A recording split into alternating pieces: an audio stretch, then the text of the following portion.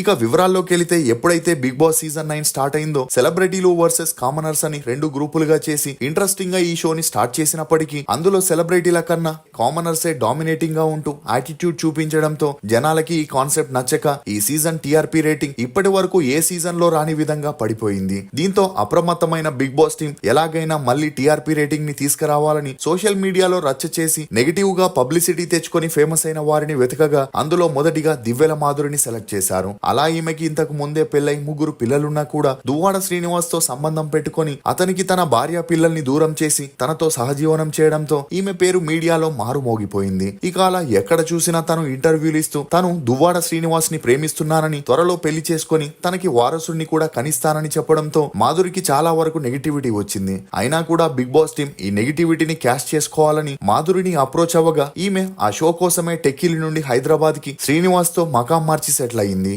అలా రోజుకి 50,000 రూపాయల చొప్పున రెమ్యూనరేషన్ తీసుకుని హౌస్ లోకి ఎంట్రీ ఇవ్వగా అప్పటి వరకు కిందికి పడిపోయిన బిగ్ బాస్ రేటింగ్ అమాంతంగా పెరిగి గత 8 సీజన్లతో కంపేర్ చేస్తే రెండో ప్లేస్ లో నిలవడం గమనార్హం. అయితే దివ్యల మాధురి ఎప్పుడైతే హౌస్ లోకి అడుగు పెట్టిందో ఆమె మాట్లాడే తీరు, ఆమె పెట్టే రూల్స్ ని చూసిన వారు తనని విమర్శిస్తూ అది బిగ్ బాస్ హౌస్ అనుకుంటుందా లేదా దువ్వాడ శ్రీనివాస్ బంగ్లా అనుకుంటుందా అని తనపై ఆగ్రహాన్ని వ్యక్తం చేస్తున్నారు. అంతేకాకుండా మాధురి అంతా తనకి ఇష్టం ఉన్నట్లే జరగాలని, తను చెప్పేవే కంటెస్టెంట్లందరూ పాటించాలని, లేకపోతే అందరిపై నోరేసుకొని గట్టిగా అరుస్తూ భయపెట్టే ప్రయత్నం చేస్తున్నట్లు తెలుస్తుంది. ఇక అలా ఎవరైనా తనకి తిరిగి సమాధానం చెబితే ఏంటి నోరులేస్తుందని బెదిరించడం, అలా ఈమె అన్ని అరాచకాలు చేస్తున్న బిగ్ బాస్ ఒక్కసారంటే ఒక్కసారి కూడా అది తప్పని చెప్పకపోవడం చూస్తుంటే వారికి కంటెస్టెంట్ల పట్ల మరియు సమాజం పట్ల బాధ్యత కంటే ఆ షో టీఆర్పీ రేటింగే ముఖ్యమని తెలుస్తుంది. దీంతో మరింత రెచ్చిపోయిన మాధురి తనకిష్టం వచ్చినట్లు ఉంటానని, తనకి అడ్డు చెప్పారంటే ఊరుకోనని అందరినీ బెదిరిస్తూ పికిల్స్ కాంట్రవర్సీ ద్వారా పాపులారిటీ తెచ్చుకున్న రమ్యతో కలిసి మాధురి హౌస్ లో ఉన్న వారి క్యారెక్టర్స్ ని దారుణంగా మాట్లాడుతూ హౌస్ లో బాండింగ్లు పెట్టుకుంటున్నారంటూ,